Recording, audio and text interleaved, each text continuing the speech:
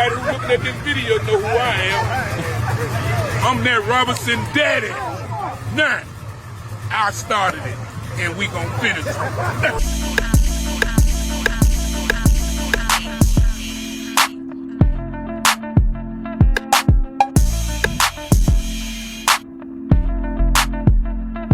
Tap in, it's a podcast for that ass. CahsNConversations, plus you might get a laugh. We them Robinson boys, we don't never finish last. Big block motor, smell it when we hit the gas. Now let's talk about it, tell us we ain't true legends. Trendsetters, tell us who done did it better.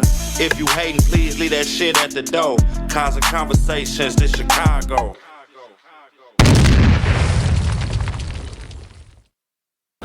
Welcome to another episode of CahsNConversations podcast brought to you by the Robinson Boys. Today we have a special guest in the building. His car customization career started in the late 80s. He has had his hands in multiple top-notch builds in our city. He has been in multiple areas of Chicago car culture, from racing, riding motorcycles, building old schools, etc. He is known for his interior jobs, consoles, playing-ass car systems. He's responsible for some of the loudest sound systems in our city. Facts. He is also known for that 7-second Mustang named the Hope, which was a force to be reckoned with.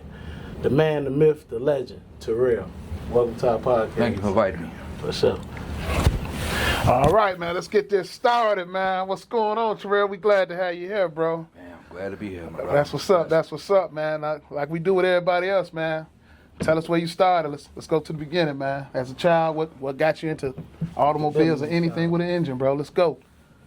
Well, man, it started in the late 80s. My first vehicle I had was a Ford Fairmont. Okay, a Ford Fairmont. Ford Fairmont, and it was bought from my grandmother. Okay. She bought me a Fairmont and a motorcycle. I graduated out of grammar school. Grammar school? Yeah. Wait, grammar school? Not high school? Okay. Grammar school. Okay. I didn't have my license at the time, so I couldn't drive the car. I couldn't ride the bike, but she bought it.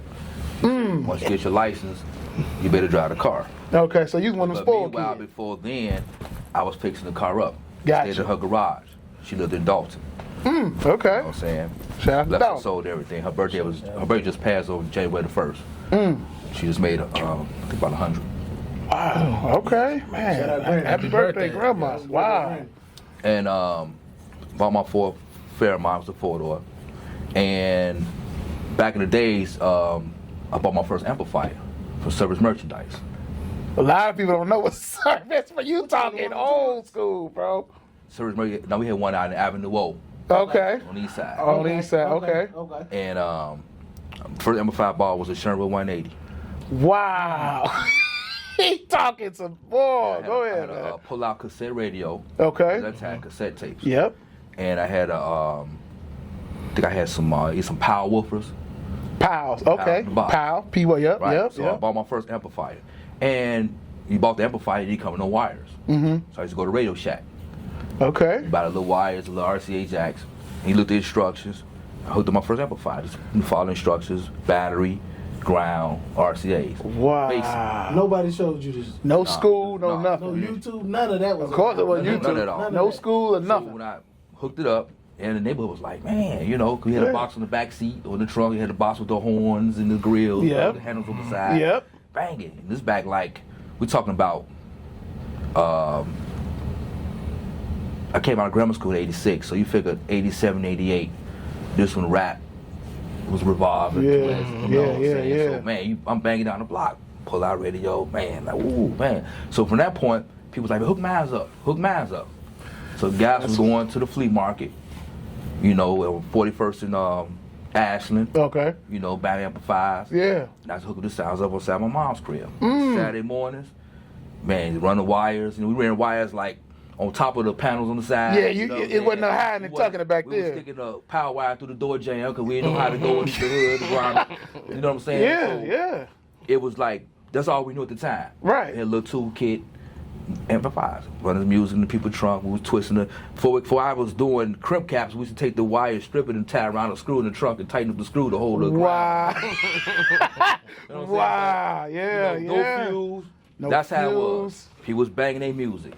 You know, then at that time, when I came out of high school and everything, I came out of high school in '90. I went to Oliver Harvard College. Okay. took up some basic courses, and I took up a 12-volt course at Oliver Harvey College. Okay. To learn how to do 12-volt wiring. That showed me how to using solder, crimp caps, heat shrink, relays, resistors, diodes, and we was doing like in the class was Oliver Harvey, the old Oliver Harvey, the green trailers back in the day. So and I met a lot of guys there. Was doing like little car alarm systems and doing little just little projects. So at that time, the teacher of the school, we went out and found us jobs. Okay. So if you did good in school, they'd find you a job. Okay. So that's when I went to the Life of Detail. The owner of the Life of Detail came to the school, and we offered the application out to actually do alarms and remote starts. So then I was hired to work at the Life of Detail on corner of Halston Joar Road. That's in the Heights. In the Heights. Yeah. Okay. So at that time, I was still at my parents' house, and I was doing alarms and stuff and amplifiers at the garage, and just where I was going to work at the Life of Detail. Okay. Customers' cars. Yeah. I was doing back in the day was Viper alarms, the old Vipers, Cliffords. Yep. You know what I'm saying? Avitels with the big brain boxes about this big with a lot of wirings. You know what I'm saying? You can wire everything. And it took you about 2 or 3 hours to do alarm in the car. But back at that time, cars was basically 12 volts. It was simple. It wasn't no resistors. It wasn't no one wire control 5 things. It wasn't no. It was at that time we were working on the newest cars at the time was probably the Cadillacs, like the Mustangs, the 90 cars. Yeah, for sure. You know what I'm saying? It was easy to install. So from that point, I was doing good at doing alarms. Still working my mom's. So the Life of Detail was like going underwater. So at that time, looking for a job, you went in the Sun Times and look at the job description. And you go on to automotive. Sometimes with the shopper. We're looking for sound installation guys, alarm guys. Yeah. And I went out west at Quality Audio on corporate between Lake and Austin. Okay. That's when I started working around diverse people, a lot of Hispanic guys. Yeah, a lot for of sure. West Side people. For sure. So I was out west, working out west, doing. That's when I really started getting into the big sound systems in the back of cars. Yeah. At that time, when I worked out west, I got a chance to work on Kevin Garnett's. Oh, wow. Randy Brown. Okay. Crucial Conflict. Okay. Yeah, because they out the west side. Those people riding. I think they had a 4Runner or a rodeo at the time. Yeah. You know what I'm saying? That's when the Tahoes came out, the K5 Blazers. Okay. Kevin Garnett had a Lexus GS with some Lotto rims on it. Okay. 300-400. It was GS some back in the days. We had pictures we took with them, you know. And at that time, we was doing big sound jobs. 412 firing up. Yeah. Back in Tahoes, we using kickers. Remember the kickers that had like a little flag on the little red. That red, yellow, and something like that. Yeah. All black with the little gold and red. Yeah. Kicker speakers. We using Rafa Fosgate. White and red, my the bad. big chrome Power 1000 amplifiers. Yep. You know what I'm saying? We using Orions. We using Earthquakes. These are the amplifiers be big. Yeah. So I got a chance to be around the big money. Big stuff, making boxes. Man, we was doing rims, we was doing alarms, we was doing big sound jobs. Everything was like, the money was good at that time. We talking about like the mid 90s. For sure. Tupac was still living. Biggie was still living. That was 94, 95, 93. Everybody was getting sounds. Yeah. That's when the sound law came out. Really? Right. When everybody had sounds on their car, that's when the city of Chicago put that noise ordinance, cars. That came out towards the end of the 90s, going into 2000. But at that time, people had music in their truck. Music. They got more lenient now. Yeah. Yeah, because they got other things to worry about. But yeah, it definitely got that. Wow. Man, that's what I wanted to ask you, because you was gone, but you was doing your thing. What was your type of like music when you in your personal car when it came to interior speakers? What did you do on interior speakers? Because you just said that happened of subs, but you didn't tell me about your mids and your highs. Yeah, what did you? The factories. Oh, you did the damn. Yeah, I had factory speakers like that. I got with Pops, you know, but I was doing factory speakers because at that time, you know, you want to take no door panels off. Right. You know, you didn't know how to take it off. You didn't break them. That came later on, working at shops that showed you how to remove door panels and dashboards. That's when you learn your skills that you start working around people that showed you, and you had the right tools. Okay. So basically, you kept the factory speakers in the locations, and you just cut the wire in the door jam. Yeah. I was gonna say, man, you said you guys were putting tack screws and stuff like that. Now, with that stuff being a fire hazard, cars wasn't really catching on fire and stuff like that. Like, it's kind of crazy. No, it wasn't. What happens is that I didn't understand ohms. And we used to Right, he was new it. You know what I'm saying? And when it kind of still didn't catch He didn't know that. I didn't understand ohms, so when we used to wire up an amplifier to a speaker, we tied all the speakers to one channel. Positive, negative. But you bring the ohms down, the amp will get hot. Yeah. I didn't understand about 4 ohms, 8 ohms, parallel, and series speakers. I learned that working at the shops. Okay. You know, so of course I used to pop fuses all the time. Cause when the amplifier got so much of a draw, it popped the main fuse. Okay. And at that time, we only had a little glass mini fuses. It wasn't. I didn't know anything about the circuit breakers or the big wafer fuses or nothing like that. Okay. You know. So after out west, what was next after that? Because it seemed like when you went out west, that's when you really gained the knowledge. You know, as working far out as what west, to I do. met a lot of guys out west. Used to do all that. That's when the Astro vans, used to build the walls in the Astro vans. We did. That's when the Z24s was out back then. The Berettas. We used to put tunnel boxes. That's when the tunnel boxes came from. Out west. Oh. Out west. Wow. We used to build a tunnel box, 2 on the inside, 2 in the front. We used to slide the box behind the seat. We used to buy the spray foam. That spray foam they use to go around the seams of your garage. To seal it off. Just put spray foam inside people's trunk of the cars. It used to swell up, and then the box was sealed in the back of their car. To stop the air from. That's how you see the box back then. So I thought I was on, you know, when it came to tunnel box, I thought I was one of the first. I wasn't. The tunnel box came from the west side. Wow. This Mexican dude named Dino, from back at Quality Audio, he used to build tunnel boxes. With the both 15s. Yeah. So on the inside, on the top. And it came tunnel box came. Because at that time, we were doing 15s, 18-inch speakers. We were building tunnel boxes. Y'all was building tunnel box with 18s? 18s came in the trucks. Of course, trucks. 18s had a wall. You couldn't do that in no car. We did walls with 18s, and we did tunnel box with 15s and 12s. 15s was like the Chevys had 15s, but the 12s had like the mid-size cars. Yeah. Yep. Damn. Okay. We used to seal it up, put the box in there, put panels, put the spray foam. To make sure everything, When people sell their cars, you had a chisel that stick. yes, bro. Yeah. Push the box out with your foot. In order to break it free. Break it free. Yeah. Damn. Spray the foam with black paint so it won't see all that white. Yeah, so you want to see all that yellow foam. Yeah. Y'all didn't never like file it down and make it smooth. It was just that's how you seal the boxes in the trunk back then. True. Yeah. Y'all wasn't doing it. Yeah. Okay. So when did it get to like starting doing like matching color boxes and consoles and back decks? When did it get to that when it came to you? Like Because back then it was just put the music in. Back So when then, did it start getting pretty? Okay. When it started getting pretty, when I left the West Side, I came to Pro Sounds. Okay. On 74th and State. Okay. That's when I met all the South Side guys in that era. That's when I met Any of them still Debo, around? Okay. Casper, Twan, Eric, Callie, all the guys at that time, Rob, all those guys, they was coming to Quality Audio getting their sounds hooked up. Okay. And at that time, we wasn't really doing vinyl yet. We were still doing carpet match installs. Gotcha. Yeah, for sure. So whatever the color of the car was in the trunk, that's the color of the M board. Yeah. It was M boards flat behind the seat in the box. Then it's 6x9s, whatever. Vinyl and stuff, they come out until, let me see. When I started working at, when I went back to, when Pro Sounds moved from 74th State and went up to Belmont and Cicero, that's when we started doing a lot of vinyl rap. Okay. You know. The color matching. When I came back to the garage, I started color matching interior because it looked better to have the seats, the amplified boxes to match, in the boxes to match your interior and have a display of chocolate gray carpet in the back. What was the go-to interior speakers during that time?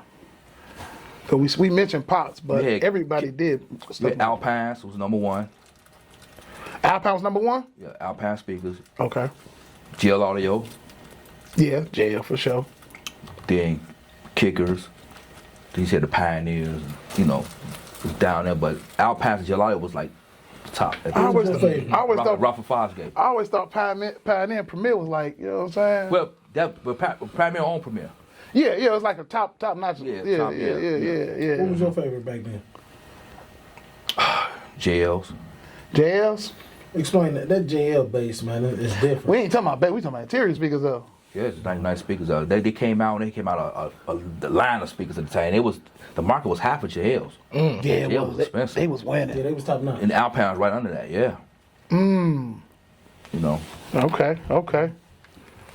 JL was like Hertz in today's times. Like I heard. Right. And they got so many new brands out now that I can't even. You got PR.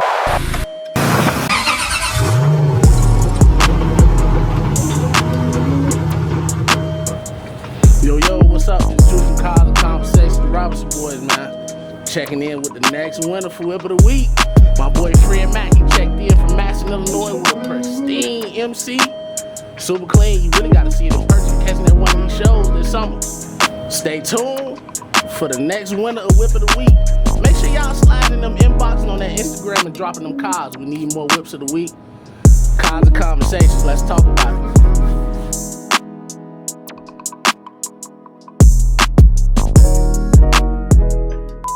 You got it all, man. You know. So what was one of the trunk setups that was like a regular that you would do back then?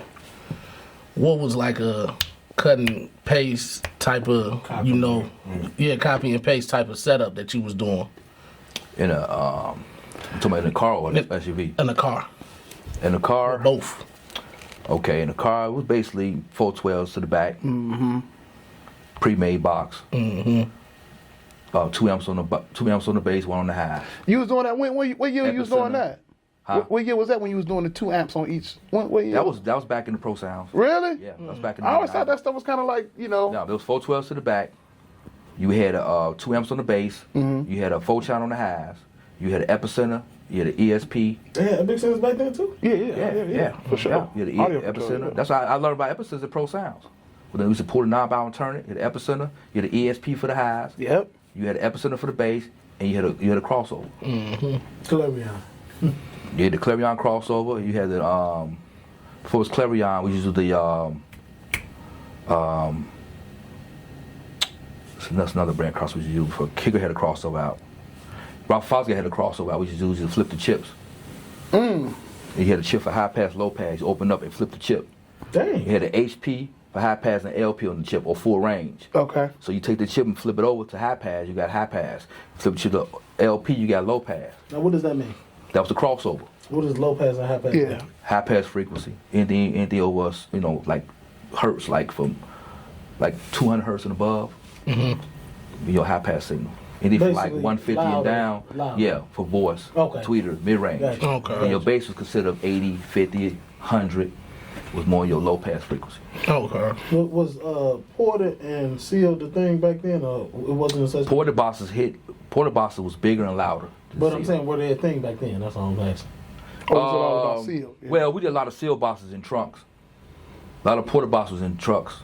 Okay. But when you have, when porter, you can have more, because with a porter box, you can have less speakers because you got to have the box built for the volume, for the port. Yeah.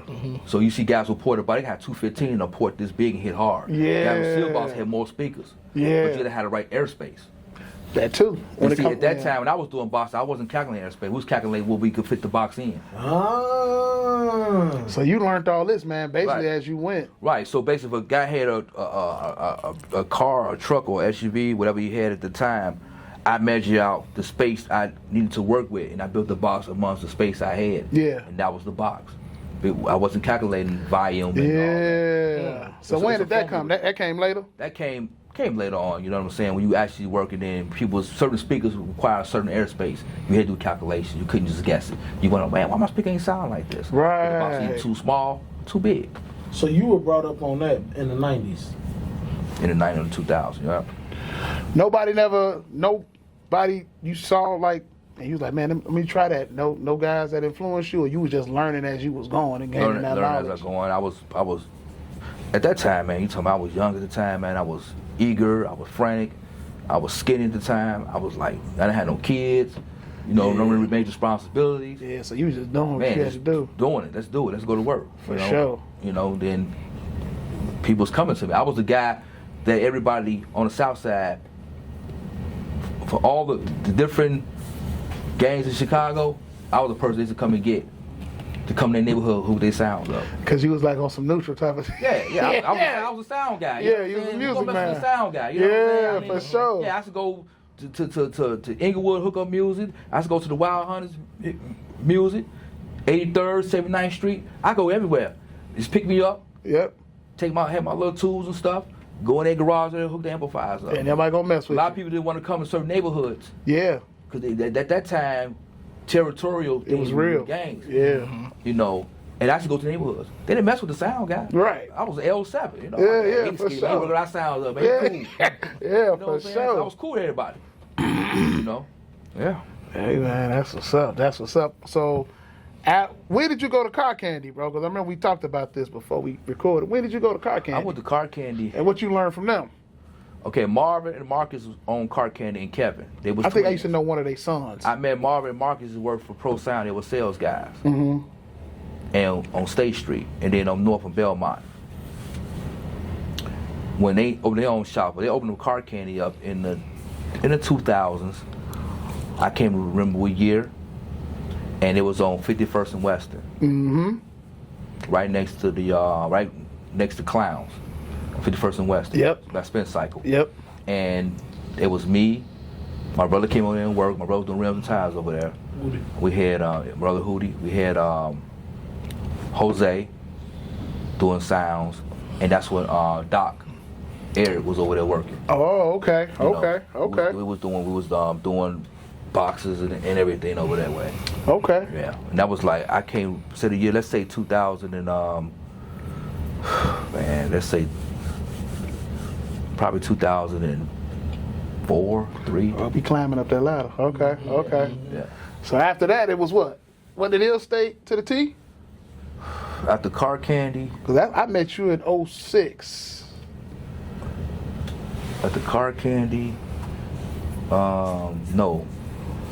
Ill State Custom. Soundmaster. Oh yeah, you did tell us. You worked. At the Car Candy.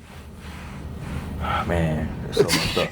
You got a long resume. Man, I don't know. You might have went back in the garage around that time. Probably still in the garage. Yeah, went back to the garage. Yes, cause that's when and when I met Car Candy, that's when I met Twist was coming to Car Candy, and dudes played for the Bulls. Okay. Was coming at that time, and then Terrel Stops. Oh damn! You worked on his car too? He's come there, and then Casper, the Cha-Cha Slide guy, Casper. Oh damn! Wow. Wow. Wow, that's big. That was bad back then, and I work out the garage, and I was always accustomed to the T. Work out the garage. Okay. And was it was I go to First Security? No, I went to First Security. Car Candy. I don't know when I went out to Car Candy. It was somewhere. It was so long ago, man. Yeah. Yeah. But you did work at Soundmaster also. Yeah, Soundmaster. I wasn't a full-time employee. When he got busy, Quan used to call me up and come up there and help out and work. Got to buy some of my equipment from Yeah, Quan. for sure. Quan had everything at that shop. On Western. On Western. Yes, sir. Yep. Yep. Definitely a big name. Let's go to Ill State Customs to the T, because I'm familiar with a few of those cars that you put out. Man, you did a lot of like major, popular cars for our time. Fat Mac, legendary Fat Mac. Yeah. You did that box Chevy. Playing. At the garage. At the garage. My mom's garage. At Fat the Mac. garage. Man, that car legendary. Fat Mac. The gray and maroon? Yeah. He did up the whole car. Fat Mac. Fat Mac knew of me, but couldn't reach me. Okay. One day I was at JJ Electronics. Okay. Picking up some equipment, and I ran to Fat Mac. And Fat Mac like, man, I've been looking for you, man, and cell phones and all that stuff was it's not as big as it is for today. sure. And me and Fat Mac exchanged information. He said, man, I got a Chevy I want you to do for me. And that was the gray and maroon Chevy. Legendary. Rest Fat up. Legendary. Fat Mac. For real. Yeah. You did the 612s in that one. Yeah, Fat Man had Alpine. 612s, Alpine R types. Yes. He had those stealth amps. Was the stealth amps the silver? Was the stealths? I think it was. I can't remember. Then we had a see back in that time, speakers wasn't hidden. We just cut the circle out in the door and paint the grill to match the interior. So I had my little deck. I had a 6.5 inch with the maroon grills. Okay. I had maroon grills in the doors. This is before all this new stuff is pressed. Right, it wasn't no grill. It wasn't behind the door panels. It wasn't no mash grills. It was the grill that came with the speakers. Yeah, you just cut the circle out and mount the grill right to the door panel. That's bad. You want to know something, man? That car probably still play to this day with that setup still in there. His son still got it in there? Yeah. I think that 612 setup still Man, that's like in a that 20 car. plus year setup. Yeah, I think he had those. I think Fat Man had those stealth amps in there back in the days. I think the only thing his son did did was change the batteries, man, or something like that. That car was still playing. Fat Man had the he had a flip out radio. He had a cassette. That's when he had the CD changers. Yeah, In the trunk. He had in the glove compartment. in the blood box. CD changer. Did a flip out. I think he had a Kenwood or something like that at the time. And Fat Max always had his CD case. Oh, he had a big kept a CD. big What? Big old, man, bro. Fat Max come in. We used to sit to my mom crib, man. Fat Max come in there, man. Had a big goat from 7-Eleven. He always wear white tees and shorts. That's it. You name it He to had the his T. braids. He had his hat turned to the back, man. He out there working on his car. Man, that car, whew, Yeah. that was before I really knew about music. Him and Chris Dansby with his Deuce and a Quarter. That you also did that one too, the Deuce and a Quarter. Chris Dansby? The silver, yeah. The silver one. Yeah, the He Chris the one that introduced me to you. Yeah. Because I knew about music. I had 3 L7s with a BD 1000. I didn't, you know what I'm saying? I didn't really know nothing about that. But he the one that put me into the loud stuff, man. He had them 6 Alpines Type R's in that trunk. And I met him. I can't remember where I met him because our cars were similar, and that's how we kind of clicked up. But he said, man, I'm going to need to put you in tune with my boy Terrell. I remember I brought my car to you with 312s on a BD 1000. And I told you I want you to put it in there. And it wasn't really nothing, but I didn't really know nothing. I remember you called me on my lunch break. You was like, hey, man, we can do one more sub for you, but it ain't going to sound right because them subs are old. And I'm going to put a new one. He's like, I got an idea. I'm like, well, what you talking about? He said, I want to do a tunnel box, 415s. And I'm like, okay. I ain't know what it was, you know what I'm saying? I said, man, let's give it a try. And man, I ain't going to lie. That was the best decision I ever made, boy. That trunk shaped the Yeah. game. I shaped, It changed the game. I remember I used to be at work. Terrell used to, because he put an alternator on my car, so he was running around trying to get the power up. Everybody calling me, telling me, boy, that mug slamming. I'm like, man, what is you talking about? I'm at work. He was, you know, so he was riding, showing it to a couple shops. When I heard that car in person, man, it was over with, bro. And I think that kind of basically set the mold when it came to. What year was that? That was 2006. 2006. 2006, maybe 2007. Remember this dude took the wheels off the car? Yeah, I remember you coming to the shop. You came with your brothers. Your mom came. My father. You sat right there on that futon. I had a futon there. Yeah, And she man. like, yeah, she want to get some sounds for you. Yeah. She call. Your mother wrote a check out. Yeah. Ain't no lies told. Yeah. You ain't lying. And you dropped the Delta off, and I built a little console. You built that Delta 88 console. Yep. You did the back deck with 6.5s in the back With the grill showing everything. with a port in the middle with the grill showing. Yep. You did the tunnel box with black and brown tweed, and it said Delta 88. You had my Hyphonics amps showing with the LED lights on them. You had a Brutus amps. 2 Brutus, and then I had the other amps hid behind the box. Yeah. Man, look, Terrell used to call me, Tony, where you at? I'm like, I'm at the crib. I need somebody to come hit your car. So it just came to a point where I just pull up on him and I just sit over at the picnic table and we just turned that into the hangout spot because everybody wanted to hear that car. And I'm pretty sure a lot of people got that set up after that.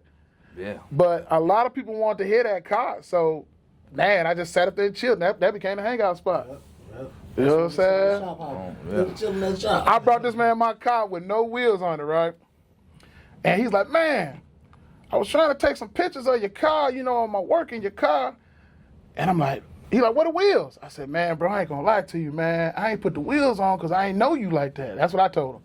He said, man, I got your car. What I need your wheels for? And I was like, damn, you right. Oh, man, those some good times, man. Good times, bro. That was some good times, bro. You did a lot of stuff, a lot of cars I did after Chris, that. when you talk about Chris? Yeah. I did a car in my mom's crib too. Oh, damn. Okay. Built the console, it did the speakers. Yeah, Chris. I did a lot of cars, bro. Yeah, you did, bro. A lot of trucks, a lot of cars, man. Yeah. That's how I ended up having my own shop, because at that time, since Chicago came down on me, I had so many cars on 84th and X's. We stayed on the corner house. I had cars parked all down the side. And I remember one time in the garage, I was working on my man Moody. Moody had a Cutlass. Okay. A photo Cutlass, like about 70 something. And I was doing this sounds. And I remember the city of Chicago came down on me. I remember working on the car, and I remember a lady coming down the alley with a badge on. And she said, I've been getting some complaints that you run a business out of your garage. She said, you cannot run a business out of your garage without a license. You can't get a business in your garage. You can't run type of business in the garage with a license. Chicago wouldn't give you a license for that. Right. She said, I need you to end this operation. Or start towing cars about here. Damn. So at that time, I'm like, man, they find me a shop. And then Johnny Whitebug in the racing and everything like that. Shout out Whitebug. Yup. He's like, man, I got a spot right next to us in South Holland, 155th and Wentworth. And at that time, I met Pooh, Henry Reed. I used to work in his cars to give him advice when I was working for First Security at Luke. Okay. And then he was working out at a garage over there in Swell, 80-something, over across Stony Island. Yeah. Who was out of garage too? Yeah, he was doing a little work out of the garage. Oh, damn. Yeah, back on, I don't know what street it was, before, about Stony Island, like 80-something Stony Island. Okay. Yeah, that's what he was doing. He had that little blue colors at the time. And he was working on that orange Monte Carlo he had. That blue colors, that's the one he had on the spokes, I think. Then an orange Monte Carlo. And that time, so me and him came together, and we got the shop. That's what came. To the T. Ill State was Pooh's name, and I was custom to the T. We merged the name together. Oh, okay. That's how it started. 2005 in South Holland.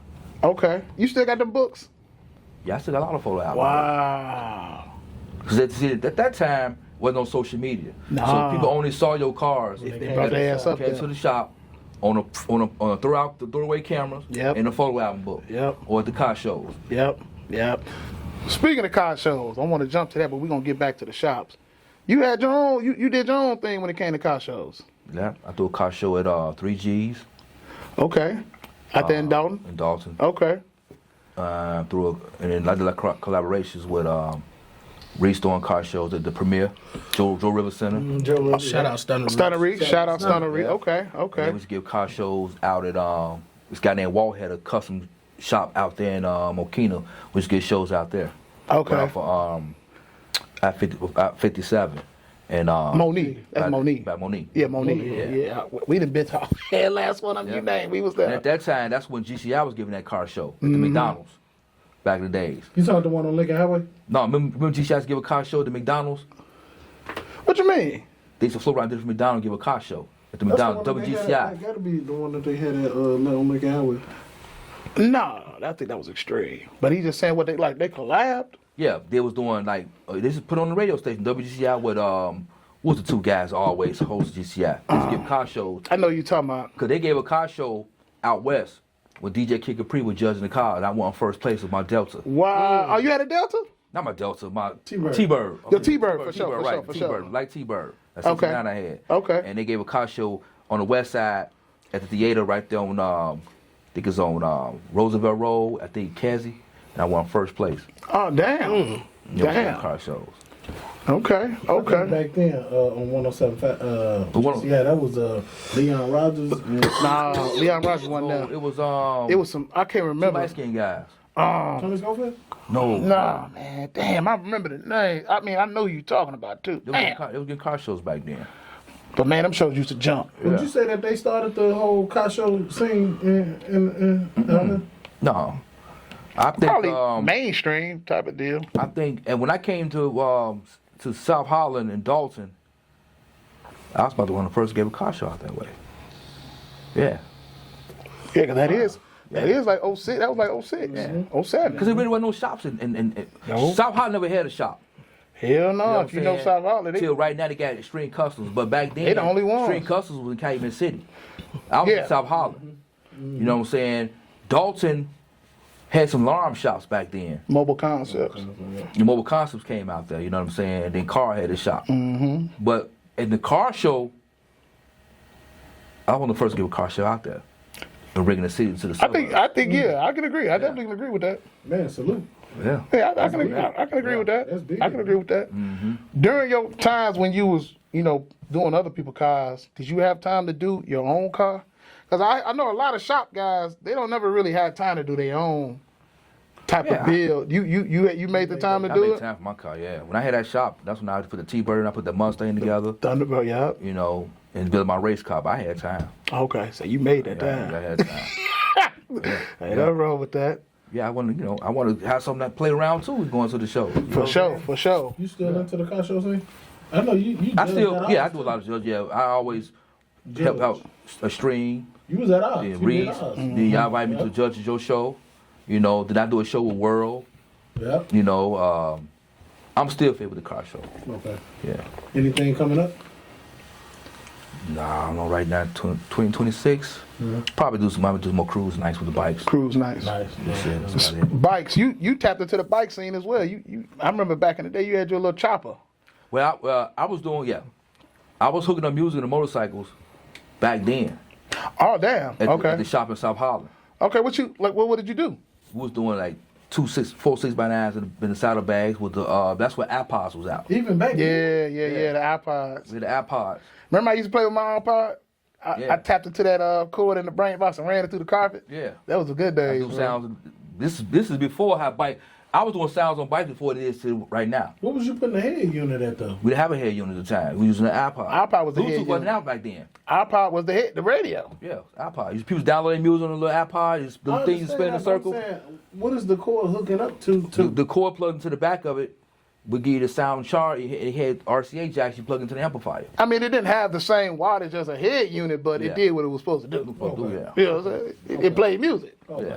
That's that's good as it was gonna get from That's back then. when guys started crossing over the Harleys, then I was putting music in their bikes. I did a few bikes out here, and it was putting like 4 6x9s and tweeters with screw tweeters on the saddlebags and hit the iPods. Yeah. Man, today. And at that time, it wasn't no 30-inch wheel in the front. Oh, that came out later. What was the biggest? Like a 21? No, it wasn't even. Nah, Not even that. about 21, 23 at the Okay, time. 22, 20. Yeah. Okay. Yeah. Man, you should see what they doing today with these bikes, man. Oh, These yeah, bikes yeah. He know. They not even ride. You can't even ride them bikes. With the, That's them competition bikes. Yeah. Some of the big wheel on. They put with music. He talking about them competition ones where they be having the speakers all over the They place. still ride though, but they heavy though. It's heavy for sure. Yeah. Some people build bikes for competition for show. Some people build bikes to ride. Yeah. Well, since we talking about the changes in the car and with the bike game specifically, what's your take on the changes of the car game? How do you feel about it? How it's going? And the bike game specifically too, because now you got the big 30 wheel, like you said. What number 23 is back? Do you think it changed for the better or the worse, or what's your opinion? I don't say it changed for the worse. Like that. I mean, things change, things evolve. Just at the time when I was doing everything was square consoles. It was basic. It was square. 12 volts, circle, cut holes out, put speakers in. Console was square. Was using router tables. It was all freehand. Yeah, for sure. You know what I'm saying? Now things have changed because you got the YouTube out, you got TikTok. You get a chance to see things in other cities what they're doing. For sure. You can share information now. I didn't know nothing, nobody outside of our This little program's competition because if you make a mistake now, everybody can see it. Back then, nobody only could saw it. They come to your shop and see it. You can correct it. But times change, even customer clientele change. Why you say that? Because at the era when I was doing it, I did with a lot of street guys. So it's money a lot- was good. lot of We was money spending for a lot of money. So Got a lot of 9 to 5s now. Now you got a lot of 9 to 5 guys now that's still doing it, but not To that extent. To the extent, Well, it might take them a little more time. And back then, people wasn't getting into motors. It was all about and paint jobs. It was all about rims, interior, and sounds. Yeah. Now they doing all frames, notching frames, mini tubs, LS motors. Big Now, lips. people putting conventional head 350, 383 strokers in their cars. Yeah, for sure. So I don't think it got worse. but it just things just revolve. advance, Life yeah. period For sure, revolves. You know, if I was from, I look at a lot of stuff I've done in the past. Sometimes I go through my old books and I laugh at a lot of stuff. Like, man, I did that. Man. a lot of stuff look country. It's dated, man, but it's like a lot of that stuff. Yeah, but that time it was. That's what it was at that time. Yeah, like the multicolored seats. Yeah, the piping and the piping. You know what I'm saying? Yeah. So I look at it, it's funny. You know, it's like 20-inch wheels was big back then on the Chevy. Sure was. Look at it now, you'll laugh at it. Like, laugh at it. Like, but them rollouts.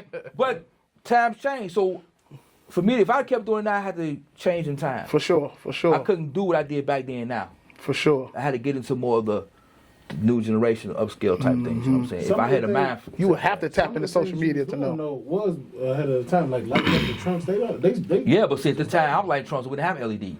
What was them little lights you had in my car? I know I broke them the minute I played about 3-4 songs.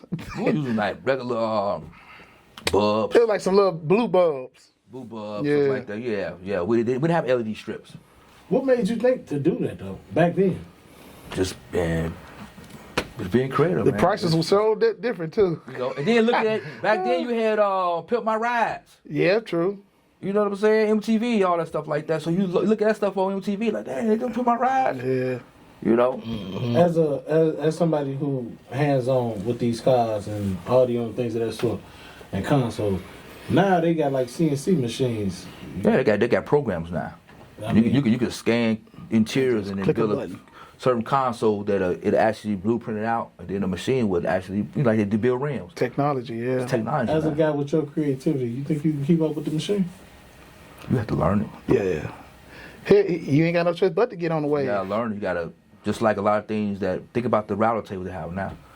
Like with at Pooh Shop, he got a big router table. He got different pieces he could put together, make the console, make the 3D console. Yeah. Back when I was doing consoles, I didn't have that back then. It was freehand. You had to trace, draw it out, cut it with a jigsaw, sand the corner, make it smooth, wrap it with vinyl, and use tack screws. Now, now you can put stuff on top of stuff. 3D-dimensional is 3D. You know, lit it up. Everything's floating. Way easier. Everything is flowing like this. You know. Back then, we wasn't cutting seats. We was putting the console on top of the back seat. It gave you illusion. You know. It'll just sit on top. Sit on top. With them templates and things of that sort, it do make it easier though, man. I've seen Kane personally with my own eyes. I've seen Kane, Pooh. I've seen them build a console in an hour. If that, you know what I mean? Yep, they make one template and they can trace it, and it's matching and even, and put it together. Yep. And then get it wrapped. You know, or get it on the wrap, or get it wrapped in leather, or they might get it they put the hydro dipped. Hydro dip, yeah. Damn, we had the wood grain kits, the little stick-ons back then. Yeah, we had that. Yeah. Now, think for a box Chevy, you can find anything. You get a whole dashwood now, or different textures. You get all types of things that back they didn't provide. You can get it now. Yeah, for sure, for sure. Would you ever double back in the game, or you retired for sure? I would never go You a back. spectator? You lost the love. I'd rather help out people at their car shows. Yeah. To make them run smooth and easy. You know what I'm saying? And just be a spectator. I want to get back in it. I remember it was a time I kept asking him because I wanted to redo my black car. He was like, no. I'm going to tell you, man, I don't even think I had to replace a fuse with this guy when he did my car. That music lasted for a long time. That 415 setup was crazy. It was crazy, man. I don't think I had to do anything as far as like maintenance. Man, you remember Bell alternators? Yeah, Bell. Back then, we didn't have Meckman, we didn't have Ohio. We had a Jamaican guy. On 74th and Racine. The alternators. After about the 200 alternators, he used to charge me like $200, $150, and he used to bill them. He used to work. Yep. He used to stay at 13.5, 14 volts. You know what I'm saying? Yep. Man, I remember he closed the shop down, man. He was Bell. He was old back then, though. Yeah. So he probably basically retired. Yeah, he was real cool, man. Yep. Bell alternators, man. That's throwback for sure. Take a little small lid out. He go inside. He'll do what he need to do. Cock it. Yep. And get back to you. Yep. Now they got that dude on what's that? 51st. Kev, what I do that? On Western.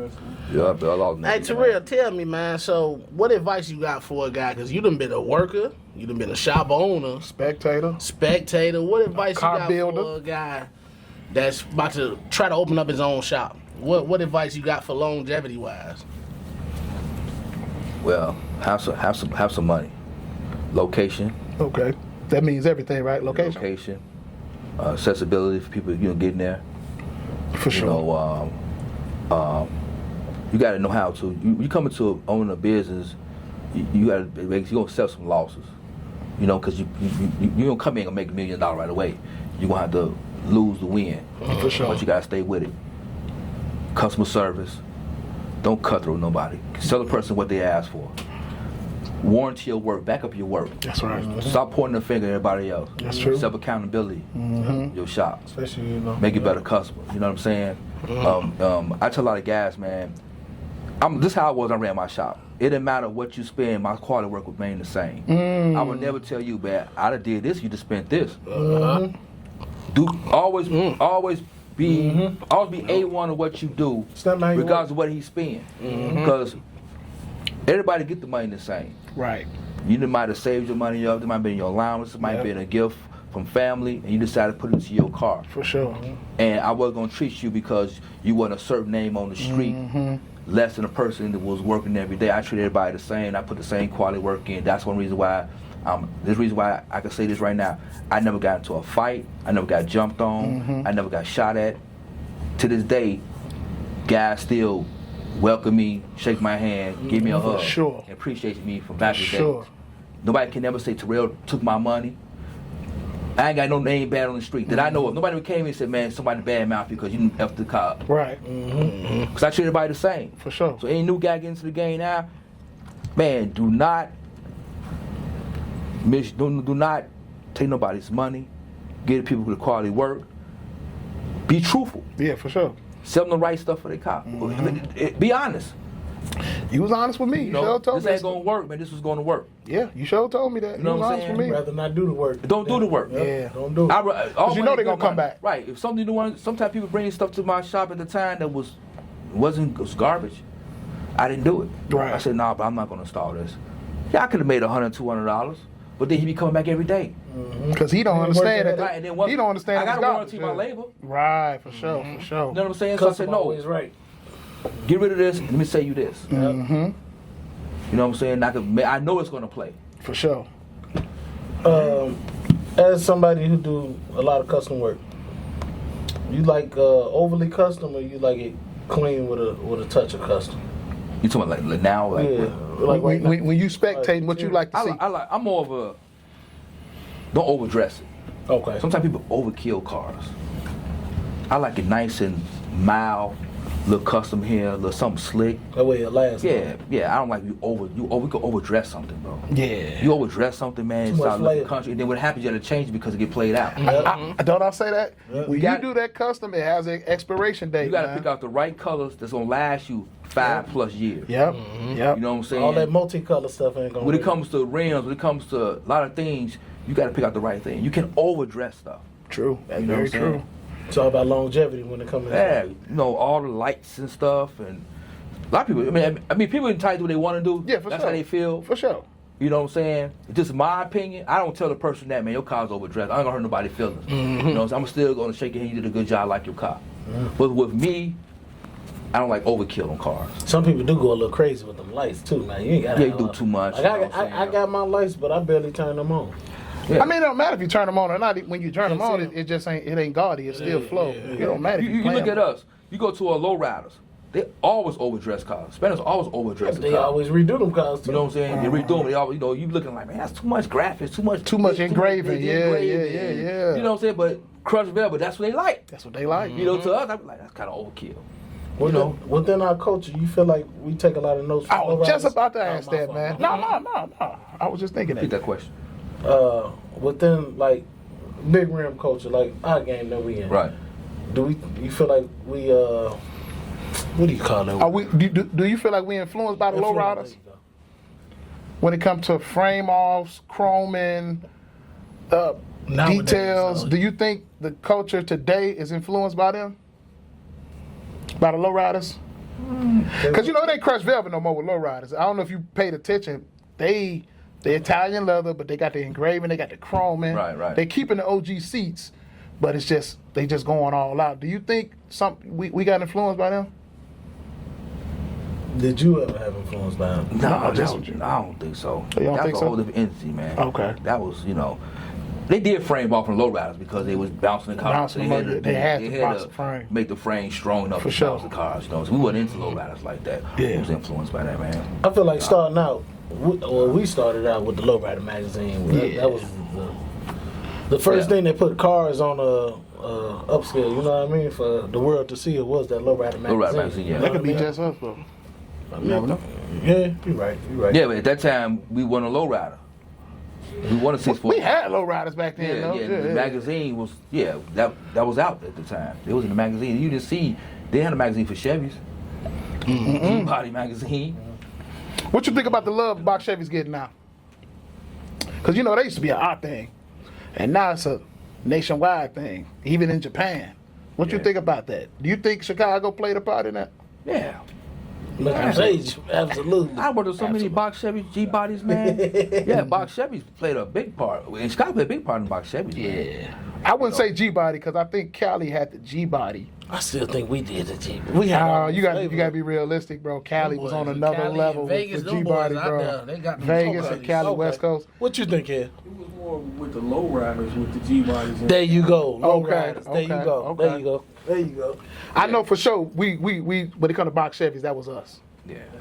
That was us. I done worked on so many box Chevys, man. What can you do to them? Yeah. What They can you did do about to 'em? everything to him. I haven't worked on so many box Chevys, man. I'm talking about 2 doors and 4 doors. I'm talking back when, man, when LS Brown consists of 30s and Vogues, stock interior. Yeah. You know what I'm saying, with a sunroof. The music. That's still my The preference. music, that was and I still like that. A nose. That ENG. ENG chrome. Ain't nothing like that nose. ENG. That was the package for a box Chevy. Dual exhaust, ENG nose, Hideaway. 30s and Vogues, get the brains blown out. It was the sunroof. Yep. Stock pillow seats. In the game. You in the game. That was it. That was the package. Get it up. I still like that. You know what I'm saying? That was it. You in the game with that. That was it. I got a question for you. So we didn't talk about the cars you done worked on, your T-Bird, motorcycles. Man, but you had your hand in racing too. Yeah. Right? For sure. Still do. You still do? Well, my brother, he got it. Put his car back together. He had a wreck a couple years ago. Okay. So he built a whole new car. He's be out this year. Mm-hmm. I sold my car right during the pandemic. Oh, you did? Yeah. The Hulk, right? The Hulk. Tell us about the Hulk, man. Yeah. Talk about the drivetrain and everything about it. You talk about it now. Hulk. It's gone now. I sold my T-Bird. And I sold my Mustang. I had a drop top Mustang. I blew one. I remember that one. Clean as hell. You know, and I bought the Hulk. It was a race car, but I took it to where it was. You know what I'm saying? I went into the motor, painted, added more stuff to it. Was it big block LS? What was you doing? No, it was a big block Ford. Okay. It was a big block Ford at the time. I was always a Ford man. I could build a Ford motor. So you for the money you'll work on the Yeah. Chevy, but it was out for because the Thunderbird, the Mustang, and then the Hulk. Damn, the Excursion. Damn, you're right. Yeah. I started when I got I used to ride the T-Birds to all the car shows when me, Stunner Reese was ride around, was all the shows back in the day. You know, Kick It, Big Stew. Big Stu, Shout out yes Big sir. Stu. Right. We got to get Big Stu up there too, man. Then I bought the I always had Mustangs. Yeah. I had the Dayton sticking out. Oh damn. Boys in the Hood. I Boy, had drop okay, tops. Menace Like Society. this I Okay. had nothing but Mustangs, man. In the block, everybody knows for Mustangs. I had Damn. probably a good 6 Mustangs. You know what Wow. I'm saying? When I got rid of that car, I bought the Mustang, the Hulk. Okay. Then I took that to another level. Then I ended up stripping and selling it. And then when I sold that, then I just I bought the Vet. I was That about- vet fast too. Yeah. I You did some work I to the redid Vet? the whole Vet over I painted it, molded everything. He had me Went scoop everything on that over at Vet. the car, so that car got some power. Yeah. Just off of just. And then I just man, went from that. I just Other than that, you just chilling. did the bike stuff like that. Yeah. Would you get back into the racing game again? I would rather be a spectator, man. Okay. I'd rather ride around the golf cart. I respect it, bro. I respect did it, man. Race, I'm gonna tell you because right now I'm gonna tell you, you cannot come out with no slow car. You want to run. So okay, yeah, but it You have to build a car that's gonna run you in that number to be competitive. Yeah. The faster you run, the more expensive it takes, the more crew you need. Yeah. My car got to the point that I couldn't drive my car back to the trail. I had to push it back. I couldn't drive it to the start line. I had to push it to the start line. What? Yeah. Because the fuel was bad. Yeah, the fuel, The bro. fuel was expensive. Hey, a 5-gallon fuel costs you about $100+. He be so into it. Bro. Yeah. Yeah, you ain't never seen them push Yeah, I seen him put go up the golf cart and the pusher. So you was deep into it with that car. The faster you go, because we keep up with the competition. Yeah. My competition wasn't guys running in the mids, 10, something like that. We was running that number, so we had to keep up. And like I say, the more you put in, to get the car to run number, you got to add more to it and bigger heads, bigger this and stroke and all that. Takes a lot. Takes a lot of cash. Yeah, for sure. Do you have a crew? You can't be the driver and everything. And the At home, mechanic, yeah, you can be in the garage, I was just tuning and get everything ready for the next time to track. But you hit the track, I need somebody to check my tires, I need somebody to make sure I got fuel in the car, I need somebody to have a push the car, I need somebody to line me I up. didn't know it went that I need far. somebody They to- betting big money. I didn't know it went When that far. I make a pass, For he the had to come tunnel. down the golf cart, pick me up. True. You know what I'm saying? You have a crew. You ever? But then, I have to cut you off. No, good. But then, when you wreck, that's what I was finna. I had a big wreck at 41. Yep. I had to redo my car. When you wreck, you put everything that you bought back into that car again. You're going to come back off that wreck. You don't want to sit off that wreck. You don't want to sit down and like give it up. Yeah, You got to come back. You don't want them to be like, oh man, Yeah, you got to come back. Yeah. Now you're buying everything all over again. Now you're going to the chassis shop. Mm-hmm. Now you buying new shocks, new rims, new suspension, new fiberglass clips, Everything. new doors. Yep. Man, he spent a bag. For sure. what chassis shop was you rocking with? Race engineering Okay. out in Crown Point. Okay. And think about this. You spend so much money go for 0.8. It's 1320 and a quarter mile. That's why. That's how many seconds it is. Yeah. No. No, how many Feet. Feet, yeah. That's what 13 Spend 20 this mean. much money to run 1320.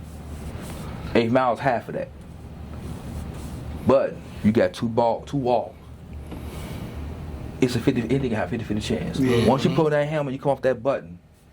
The best thing about racing, you come back in the return lane, you ain't check nothing up. That's right. Because anything can happen. You can check everything. You can check everything off the whole car, and something coming loose and cause you to spin out and hit that wall. And it's over. You hit that wall, that paint job, that fiberglass clip hood, everything under Your that life. car smash in your life. Your life, Toe yeah. up. Yeah, that's true. Did that bother you mentally when you had that wreck? Yeah, no, that adrenaline want to make you keep going, right? Then when I wreck, it happened so fast, bro. All I know that I was racing against Cube, Ruby Red, and Kevin was driving, and I remember we locked in for 2,500, and we raced towards the end of the night where that's when the Dew Star set on the track, and I remember sitting in the stage lane. It was all crowded at 41, which I got on video, and everybody was like, "Welcome to you, man. Be safe, be safe." And we were like almost close to the last race of the event. And I remember that's when I first painted the car green before I had a fiberglass nose. Okay. It was all stock in the front. And I know I would lead him down the track. I'm gone like this. Man, I'm seeing the starting line come up there. I got him. Friend him. Holding the nitrous on. I'm holding to the floor. Car gone. All of a sudden, just like that, man. Damn. And when the car went like this, It went airborne? he went airborne, hit the wall, and went up in the air. Boom, hit the other wall and drove me down the whole wall. All I know, I was sitting in the car, I was strapped in, and you hear the motor, you see feel like Yeah, the the panels RPM cracking. just a holler, yep. You know what I'm saying? Yeah, Self-shattering and everything. All of a sudden the car came to a stop. Then you got the engine shut off, whoa. Then you got all the little smoke, and you hear the stuff sizzling, and you smell oil. Yeah. I'm like, damn, I'm hearing the ambulance come down there. I'm like, man, I unstrapped myself. I got out the car, and I'm like, damn, I was good. But I ain't take myself out. I'm like, man, fuck my car. Looked at the car, was all twisted up. Like, oh, man, it was hurtful, boy. I was crying on the inside. Everybody started Shit, running I down would've been there. crying on the and everything. outside, too. My brother came down there. He was upset crying because he thought They ain't know if you. Yeah. I'm outside the car and everything, man. I'm like, man, wrecked my car, man. I was hurt, bro. And everybody came down to make sure I was cool. Put the car on the trailer, took it back to my trailer, put on the thing. And then I was like, man, drove home. That was the longest ride from 41 to the shop. That's when Pooh had a shop at the time. That was the longest ride, bro. I'm sitting back in the back seat, man, looking out through the back window. I had a Scourge at the time. Car was towed up, bro. Got into the shop, put up on the left. I sat back. I was like that movie Christine. Remember Christine got towed up and do set back and start coming together? Yep. For that day, man, that night, man, I stopped taking that car apart. Damn, determined. Pulled the motor out the car, man, taking the car apart. And I was like, man, I'm putting this car back together. Was the motor hurt? And then at that time, my motor wasn't hurt. And at that time, I was still doing tier jobs and jobs. The jobs was coming in. Every time I do it, I would give people cars out quick. Man, I started ordering stuff, brother. Yeah. I took the car over to the body shop in South Holland, Charles. Okay. Yeah, Charles. Yep. Charlie. Yeah, Charlie. Yeah. Charlie cut the front end off the car. I bought him another door. He fixed the cord. He primed up for me. Shout out Charlie. And I remember Biz was set on kill. He said, man, I got a guy who could do the chassis work. So he called Kevin up to Race Engineering. And Kevin was like, yeah, he was outside the rack. He was like, bring the car, we're going to put it back together for you. I said, what is it going to be? He said, we're going to put it back together for you. Took my car out there to him, put in a frame machine, man. He started going to work, tooling the front end up, doing what they had to do. And I was going out there every day. And I was buying my parts. That's when I had, that's when VSI was open. Okay. I was buying my parts, ordering stuff, man. I started putting it back together, man. And before you know it, You back on the map, boy. When I debuted that car 41, everybody crawled around the car, boy. They said, we got the car back. Glad to see you, yeah. I bought an enclosed trailer, boy. That was, Oh, yeah. that was the best You thing came in my in life, with a boy. bang. Y'all had an open trailer when I wrecked. I came out the enclosed, boy. Y'all ain't stopped I had to show them boys. Let that door down, boy. And then I hit a little winch.